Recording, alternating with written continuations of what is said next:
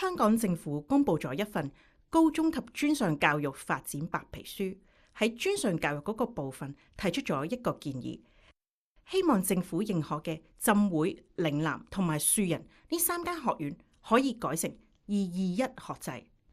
就喺頭2年讀預科，第3年同第4年再進修完成，可以攞埋高級文憑，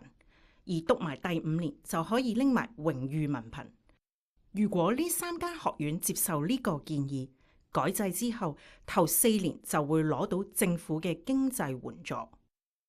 今日邀請大家嚟到樹仁論壇，因為政府係高中及專上教育發展白皮書提出咗一個新學制，喺我哋師生之間引發咗唔同嘅意見同廣泛討論。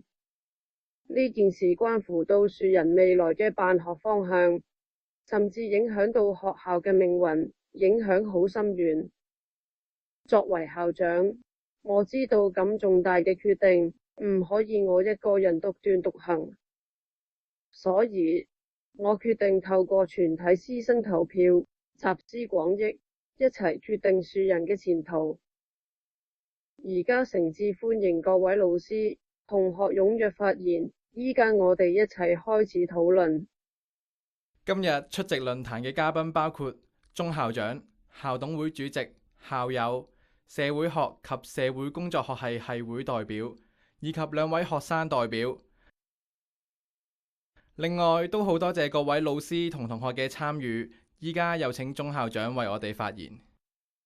唔該晒主持人。而家香港嘅高等教育真係面對緊學位唔夠嘅問題。每年差唔多有1萬個中六畢業生冇辦法升讀本地嘅大專院校，搞到好多學生都要使大筆錢去外國讀書。根據預測，去到1980年代中期，2間大學嘅總入學人數會超過12000人，但就算再加多1700個學位，都仲係遠遠唔夠，仲有幾萬個中六學生冇辦法入到大專。我喺度想建議推行4年制同新制一齊行嘅多元學制，咁樣就可以大增學位，俾學生多啲選擇，去培養多元化嘅人才，推動社會同經濟嘅發展。不過喺呢個過程入面，教育質素嘅維持同提升都絕對唔可以忽略。我支持維持返4年制，因為要堅守返教育品質同埋我哋學校嘅辦學宗旨。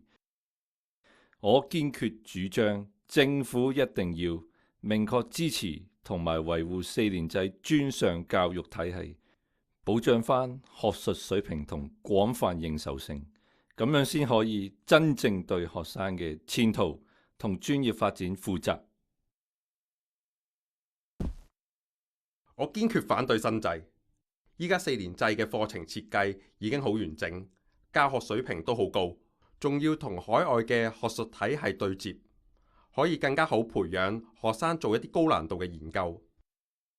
但係新制太過側重考試，更容易令到學生為咗應付考試而讀書，削弱咗佢哋學習嘅深度同視野，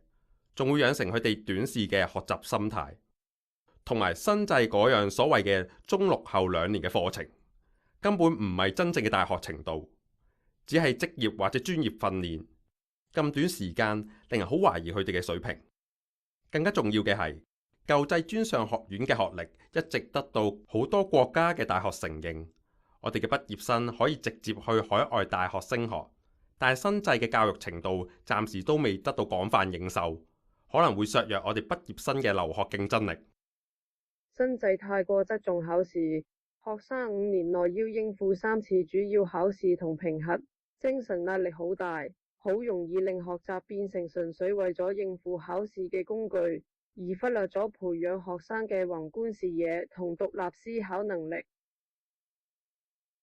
至於學術認可方面，現行4年制畢業生嘅學術水平一直廣受海外大學承認，留學競爭力有保障。而新制嘅認受性而家未夠穩定，有機會削弱畢業生去海外深造嘅機會。講到政府資助同辦學宗旨，政府雖然承諾學院改制後頭4年會提供經濟援助，資助額同讀緊文化中學6年級嘅學生一樣，但係最後1年嘅進修課程就唔包喺資助範圍入面。如果我哋為咗攞資助就放棄樹人長期堅持嘅4年制辦學宗旨，咁就真係本末倒置，同我哋原本嘅方向背道而馳啦。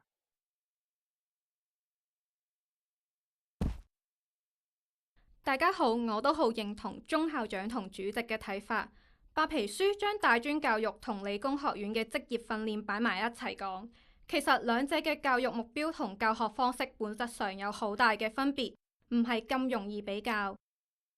依家221制淨係講佢第5年課程嘅學生具備同理工學院高級文憑以上1年程度嘅人有同等嘅資格同待遇，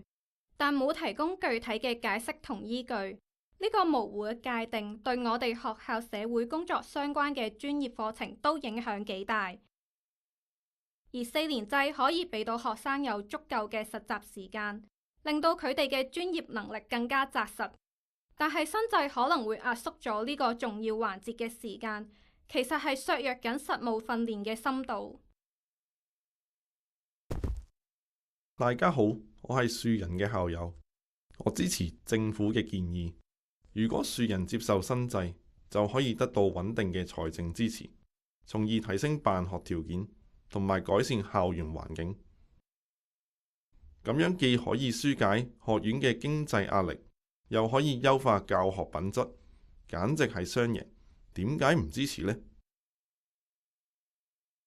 所謂嘅2年預科、2年專上課程，再加1年深造，呢種割裂嘅設計根本就偏離咗專上學院應有嘅連貫教育體系。